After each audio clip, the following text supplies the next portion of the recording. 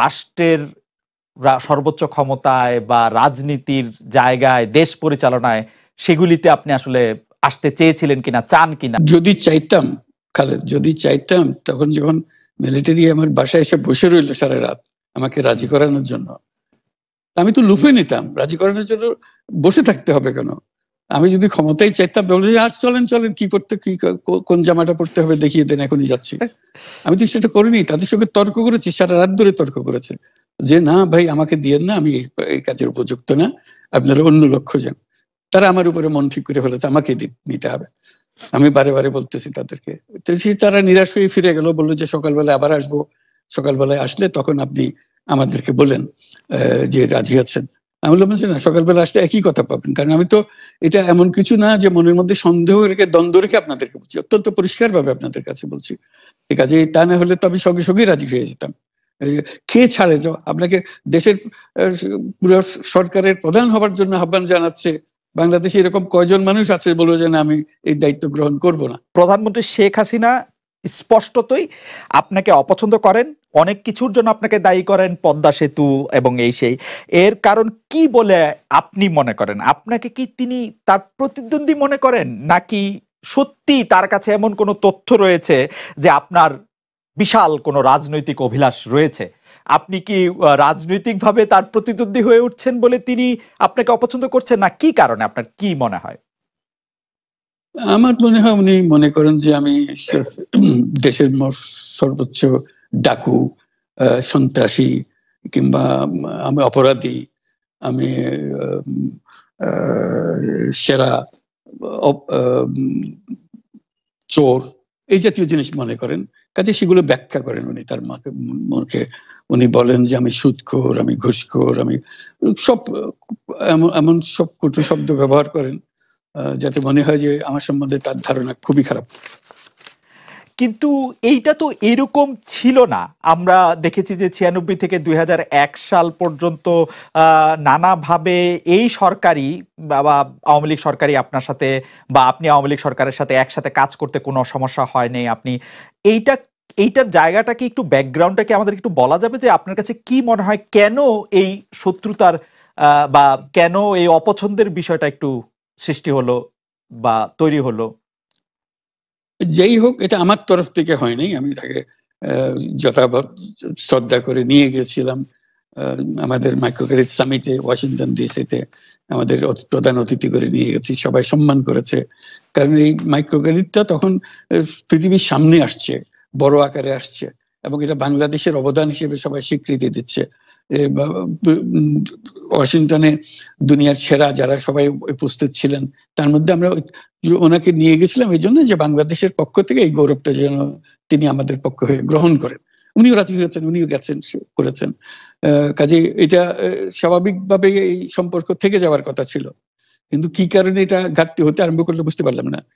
কিছুদিন পর থেকেই ওনার আচরণ এবং তার শব্দ পরিবর্তন হতে আরম্ভ করলো। এমন পরিবর্তন হলো, এখন আমাকে চোট বদমাইশ ছাড়া আর কোনো বিষয়ে উনি মনে করেন বলে মনে হয় না আমার কাছে। আসলে এটা নিয়ে কথা বলাটা একটু বিব্রতকরই, কিন্তু কেউ কেউ এটা বলে থাকেন যে বিশেষ করে যে 2007 সালে যে 111 সরকার আমরা যাকে বলি, তাদের যে বিরাজনীতিকরণের একটি চেষ্টা, সেই চেষ্টার মধ্যে আপনার অংশগ্রহণ আছে কিনা? যদিও বারবার বলা হয় যে আপনি আসলে সেই ক্ষমতাটা দখল করতে চেয়েছিলেন, অথচ আমরা উল্টা শুনেছি, আপনার মুখেও শুনেছি, যারা ওই সময় কৌশলভ ছিলেন তাদের মুখেও শুনেছি যে আপনাকে আসলে অফার করা হলো, আপনি সেটি ফিরিয়ে দিয়েছিলেন। কিন্তু কেউ কেউ আবার বলে থাকেন আপনি একটা লম্বা সময়ের জন্য চেয়েছিলেন। এইটি কি একটা কোনো কারণ হতে পারে? এই ব্যাপারটিকে আমাদের দর্শকদের জন্য মানে বা ইয়েদের জন্য একটু আপনি পরিষ্কার করবেন যে আপনি আসলে রাষ্ট্রের সর্বোচ্চ ক্ষমতায় বা রাজনীতির জায়গায়, দেশ পরিচালনায় সেগুলিতে আপনি আসলে আসতে চেয়েছিলেন কিনা, চান কিনা, বা ওই জায়গা থেকে? যদি চাইতাম খালেদ, যদি চাইতাম, তখন যখন মিলিটারি আমার বাসায় এসে বসে রইল সারা রাত আমাকে রাজি করানোর জন্য, আমি তো লুফে নিতাম। রাজি করানোর জন্য বসে থাকতে হবে কেন? আমি যদি ক্ষমতাই চাইতাম, বলে আর চলেন চলেন, কি করতে, কি কোন জামাটা পড়তে হবে দেখিয়ে দেন, এখনই যাচ্ছি।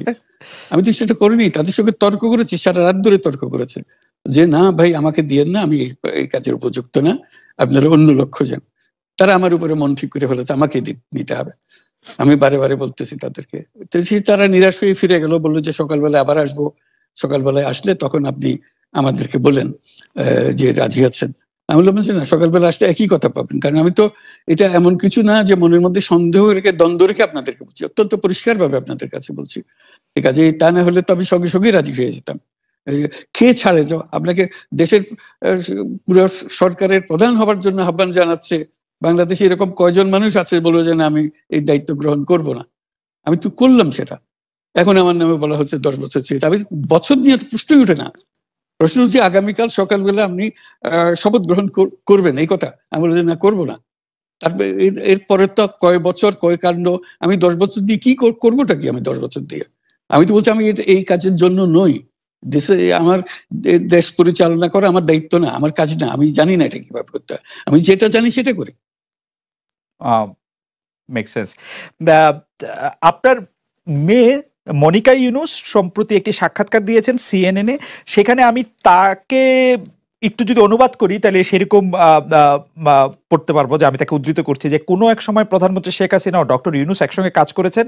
আমি আশা করি সেই সময়টা আবার ফিরে আসুক, শুধু গ্রামীণ কিংবা সংশ্লিষ্ট সব প্রতিষ্ঠানগুলোর ভালোর জন্যই নয়। যদি তারা আবারও একসঙ্গে কাজ করেন তাহলে সেটা চমৎকার হবে। এই মনিকা ইউনুসের এই আশা কি আপনারও মানে একই রকম আশা কিনা, যে প্রধানমন্ত্রী শেখ হাসিনা এবং ডক্টর ইউনুস একসঙ্গে কাজ করলে আরো কিছু চমৎকার কাজ হবে, বা এটা আপনি আশা করছেন এরকম কি? এটা কি এখন আমার জন্য করা যাচ্ছে না যে আমি নারাজ, যে করতে চাই না? তুমি ভাবখানা এমন করছো যে আমি আপত্তি করছি, আমি কাজ করতে চাই না। আমাকেও যে বললাম চোর বদমাইশ করে রেখেছে, সেখানে কাজ করার তো কথাই উঠছে না। আমার নাম উঠলেই ওনার রাগ উঠে যায়। আমাকে সুদখোর না বললে ওনার মন তৃপ্ত হয় না। আমাকে চুবিয়ে না ডুবালে, পদ্মা নদীতে আমাকে চুবিয়ে না ডুবালে ওনার মনে শান্তি আসে না। ঠিক আছে, আমি কি করে বলবো? ওনাকে বলতে তো হবে, ওনাকে যদি কিছু বলতে হয়। পদ্মা নদীর কথাটা যখন উঠলই, পদ্মা ব্রিজ সম্পর্কে যে কথাটা সরকারের উচ্চ মহল থেকে এটা বলা হয় যে আপনি আপনার ক্ষমতা ব্যবহার করে বা আপনার পরিচিতি ব্যবহার করে বা আপনার যে একটা সাংঘাতিক রকমের গ্রহণযোগ্যতা সারা দুনিয়াতে আছে, যেটি আসলে ওয়ার্ল্ড ব্যাংক সহ অন্য জায়গায় আছে, সেটি দিয়ে আসলে আপনি পদ্মা সেতুটা বাংলাদেশ যাতে ঋণ না পায় সেটির জন্য আপনি চেষ্টা করেছেন। এই ব্যাপারটা নিয়ে কি আপনি একটু কিছু বলবেন, যে এটা আপনার বিরুদ্ধে একটা অভিযোগ? কি বলবো, এটা বলো, এটা হাস্যকর একটা কথা মুখ থেকে বলে ফেললো চোর ডাকাতের মতো, এটাও আরেকটা বলে ফেললো, এটাই সত্য হয়ে গেল।